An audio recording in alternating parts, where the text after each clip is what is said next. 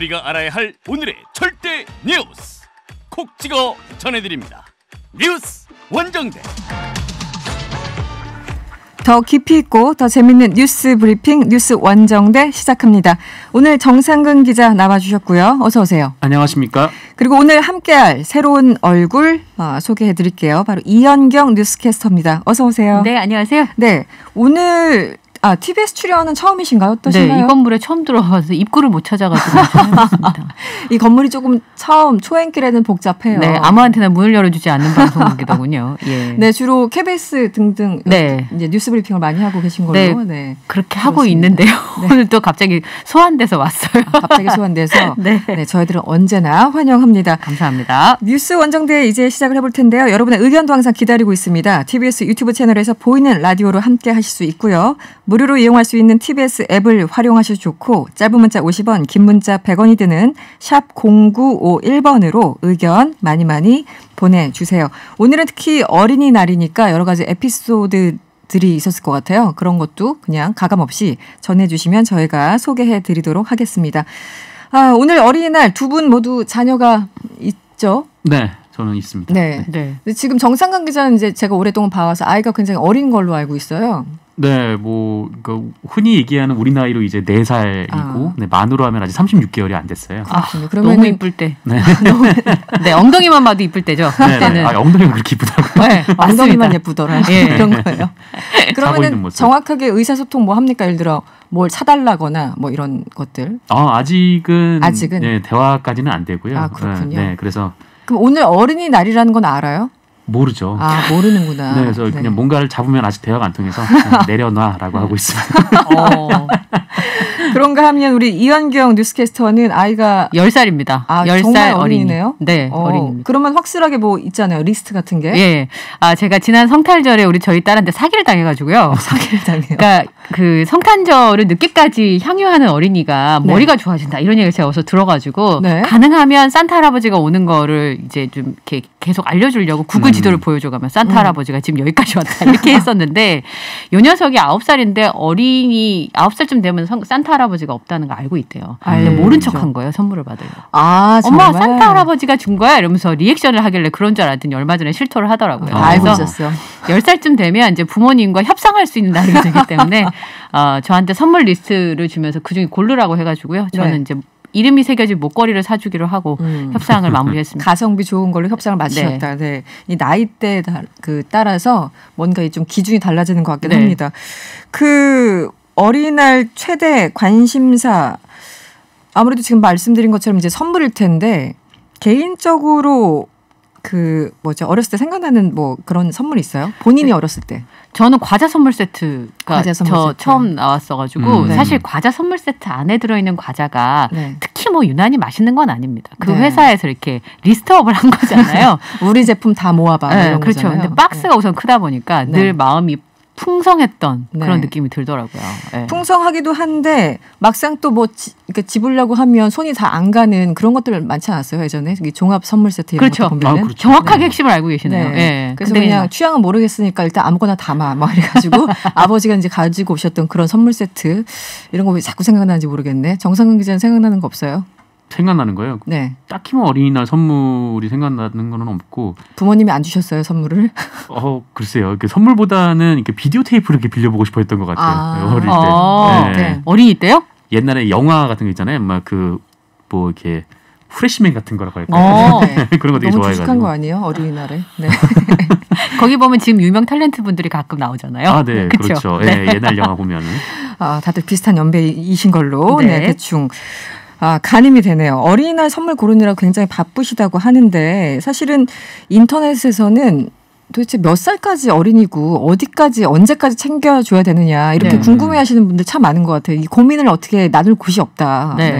몇 살까지 선물을 줘야 됩니까? 보시기에. 이건 뭐 법은 없어요. 예, 네. 최근에 직장 다니는 친구 딸 친구가 자동차를 선물로 받았다더라. 어린이날 선물로 뭐 이런 전설 같은 얘기가 올라오긴 하던데요. 자동차가 종류가 네. 손에 올라가는 자동차도 있고, 그렇죠. 적당히 탈 수 있는 자동차도 있는데, 근데 아이들이 탈 만한 자동차도 있죠. 4살 어린이가 탈 만한 자동차도 있는데, 근데 사실 어린이라고 하는 기준은 잘 모르겠는데요. 보통 인터넷에서는 보통 초등학교 6학년 학교로, 초등학교까지 초등학교 6학년이라 하고 10살짜리 저희 딸은 중학교 2학년까지가 어린이라고. 근거 없는 주장을 오늘 하더라고요. 그렇군요. 예. 저는 그 어린이의 기준을 그 10만 원 이하의 금품을 요구하는 자로 규정했어요. 김영란법 아니고 10만 원이 넘어가면 청소년. 그거 괜찮은데요. 그런 거 아닌가라는 생각이 드네요. 그런데 보니까 지금 기준이 사실 우리가 일상적으로 어린이, 뭐 아동, 청소년 막 섞어서 쓰잖아요. 맞아요. 근데 법적으로 보면은 좀 차이가 있는 것 같더라고요. 정상 기준. 네.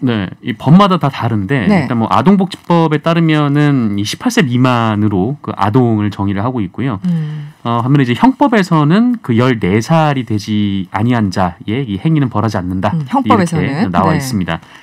우리 도로교통법에서는 13세 미만으로 규정을 하고 있고요. 그리고 방송심의에 관한 규정에서는 역시 이제 13세 미만, 그리고 식약청에서는 만 24개월 이상, 만 12세 미만 이렇게 규정을 하고 있습니다. 이 법적으로 너무 달라가지고 좀 헷갈리지 않습니까? 근데 이게 그 법마다 다를 수밖에 없는 게요. 그 법이 가지고 있는 목적에 따라서 보호해야 될 연령들의 차이가 있는 것 같아요. 아동복지법 같은 경우는 이제 그 청소년들도 사실 어른들이 보호해줘야 되는 연령대이기 때문에 아동복지법의 경우에는 만 18세 미만이지만 도로교통법 같은 경우는 사실 뭐 그 청소년 정도 되면 자기가 자신의 안전을 보호할 수 있는 어느 정도 도로교통법과 관련된 부분들은 보호함을 하기 때문에 그런 부분이라고 해요. 근데 제가 그 어린이란 말을 처음 맡으신 방정환 선생님께서 어린이를 몇 살로 정의했는지 궁금해하고 좀 찾아봤거든요. 어린이를 인생의 3분의 1이라고 정의를 하셨더라고요. 인생의 3분의 1? 네, 그래서 28살까지도 어린이가 될 수 있다. 이런 얘기들을 이제 농담 삼아 했었는데 그때는 물론 평균 연령도 짧았지만 어린이, 그다음에 그 젊은이, 노인 이렇게 나누다 보니까 인생의 3분의 1을 어린이라고 정의를 했었고 어린이란 말을 만들게 된 이유는 어린이들도 한 사람의 인격체로 봐주자. 사실 그 당시에는 인격체로 봐줄 수 있는 상황이 아니었잖아요. 조선시대의 경우에는. 뭐 그 어린이란 단어가 생길 때도 그랬고 그래서 인생의 3분의 1을 어린이라고 한다. 근데 참 재미있는 정의라는 생각이 좀 들었습니다. 그렇죠. 그때 지금은 이제 너무 흔해진 게 어린이날이긴 하지만 그때는 분명하게 명확한 취지나 개념들이 있었던 그런 상황이죠. 오늘 문재인 대통령도 어린이날 맞이해서 축하 메시지를 내놨는데요. 어떤 내용이었습니까? 네, 뭐 문재인 대통령이 SNS를 통해서 축하 메시지를 남겼는데요. 어린이들이 건강하고 행복한 나라 그리고 마음껏 꿈을 펼칠 수 있는 나라를 만들겠다 이렇게 강조를 했고, 그리고 특히 이제 작년부터 코로나19 때문에 지금 아이들이 이제 마스크도 못 벗고 생활을 하고 있잖아요. 답답하죠.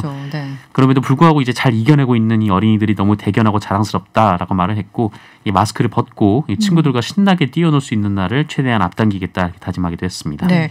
오늘 어린이날 그 사실은 예년 같으면은 청와대 직접 아이들이 초청을 하는데 이번에는 온라인으로 진행됐네요. 네, 보니까 그 여기 가슴에 명찰을 달셨더라고요. 문재인 대통령 이렇게 그 아이돌들이 마이크 앞에 붙여주는 거를 그렇게 하면서 아이들하고 직접 이제 이야기하는 시간이 있었는데 작년까지만 해도 게임인 마인크래프트 캐릭터를 변신해서 아이들이 이거 진짜 너무너무 좋아하거든요.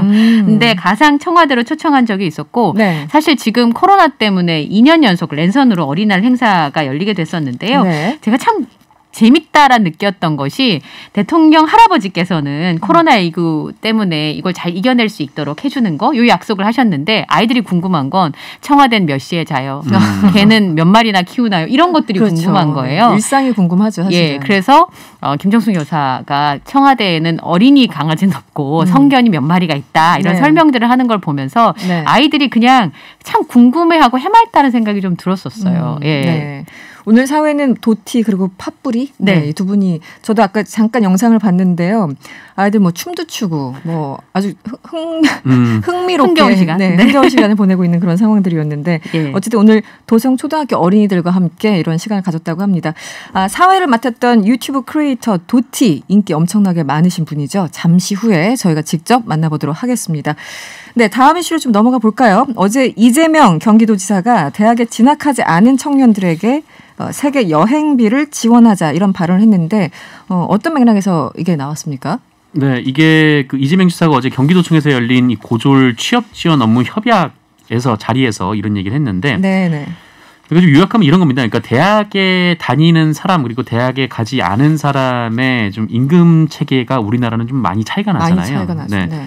그러다 보니까 이 대학을 다닌 4년 동안 어떤 사람은 이 대학에 가지 않고 일을 해왔는데 그렇게까지 차별을 받아야 할 이유가 있느냐라는 게 이제 그 가장 큰 주제이고 네. 그래서 이 4년 동안 이 뭐 대학에 가서 공부를 하고 싶어하는 사람도 있고 또 혹은 이제 세계 여행을 가서 뭐 자기가 다른 거를 경험하고 싶어하는 사람도 있고 또 이런 사람들 저런 사람들이 있으니까 한번 그런 사람들이 있으면은 이제 세계 여행을 할 수 있도록 한 1,000만 원씩 지원해 보는 건 어떻겠느냐 좀 이렇게 네, 이 맥락에서 이 말이 나온 겁니다. 네. 정상근 기자는 개인적으로 어떻게 보십니까? 이런 의견? 그러니까 지금 이 얘기가 사실 좀 논란이 많이 좀 되고 있는데, 근데 저는 뭐 일종의 그러니까 지금 어떻게 놀러 가라고 1,000만 원씩 주냐 이렇게 좀 정색을 하고 얘기를 하는 분들이 계시더라고요. 근데 네. 일종의 하나의 좀 아이디어 차원에서, 그러니까 좀 큰 틀에서 얘기를 보면은 뭐 그 젊은 세대들이 좀 이런 경험도 할 수 있고 저런 경험도 할 수 있는데 좀 그것도 한번 지원해 볼 수 있는 아이디어를 한번 모아보자라는 뜻으로 차원에서. 네, 저는 네. 좀 받아들였거든요. 그 1,000만 원 자체가 핵심이 아니라 네, 기회를 좀 주자라는 세계 그런 여행 취지에서. 자체가 핵심이 아니고 1,000만 원이 핵심이 아니라 좀 그러니까 뭐 그 격차를 줄이는 것 그리고 청년들이 좀 더 다양한 경험을 할 수 있도록 지원을 하는 것 그 얘기가 핵심이 아니었나라는 생각이 듭니다. 네, 저는 그 영상을 보니까 네. 이재명 지사가 정책하고 1,000만 원을 주는 정책을 하자 이런 뉘앙스로 얘기를 한 게 아니잖아요. 네네. 그러니까 실제로 4년 동안 대학을 가서 얻는 경험과 세계 여행을 가서 얻게 되는 경험이나 배우게 되는 것들이 어느 게 더 많을까 그런 생각을 했다. 거기 앉으신 분들한테 기업 분들이 그런 걸 좀 같이 해주면 어떻겠어요? 라는 뉘앙스로 얘기를 했었는데요. 네. 얼마 전에 한 신문 데스크 이런 칼럼을 썼었어요. 요즘에 2030 MZ세대들에 대한 진심이 굉장히 궁금해하시는 분들이 많잖아요. 네. 그래서 기자분들한테 그러면 인터뷰를 해와라. 그래서 인터뷰 내용을 받았더니 고졸인 MZ세대에 대한 인터뷰가 하나도 네. 없었던 거예요. 그래서 그 부분에 대해서 물어봤더니 그것도 심각하네요. 네. 내 주변에 고졸자를 못 만나봤어요 라고 얘기를 했다는 거죠. 그 순간 지금 대한민국의 청년 정책이 대졸자들에게 집중되어 있다는 걸 그분도 인지하셨다는 얘기를 듣고 저도 가슴을 쳤거든요.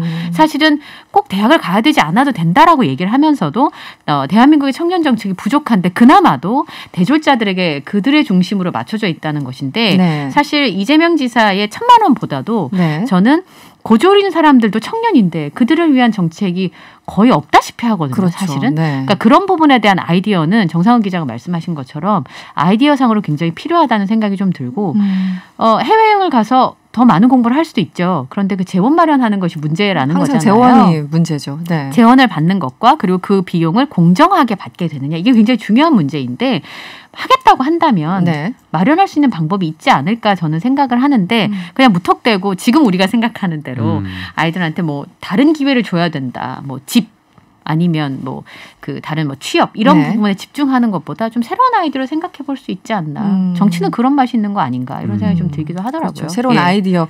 뭐 그렇죠. 정치 영역은 또 새로운 아이디어를 이제 불어넣는 그런 게 건데. 필요한 것 같습니다. 네, 이재명 예. 지사는 그러니까 이제 항상 뭔가 정책을 내놓으면은 포퓰리즘의 공격을 받긴 받지만 어쨌든 새로운 아이디어를 맞습니다. 계속 창출해내는 데는 뭔가 일가견이 있으신 건 아닌가 네. 이런 생각을 다시 한번 해봅니다.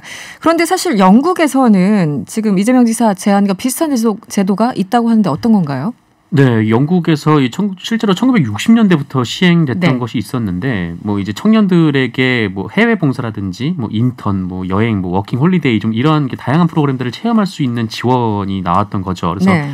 뭐 이게 영국에서 좀 성공적으로 지금 정착이 됐고, 실제로 이제 뭐 해리 왕자라든지 뭐 유명한 배우인 또 엠마 왓슨도 이 제도를 네네. 활용해서 좀 다양한 경험을 했다라고 하고요.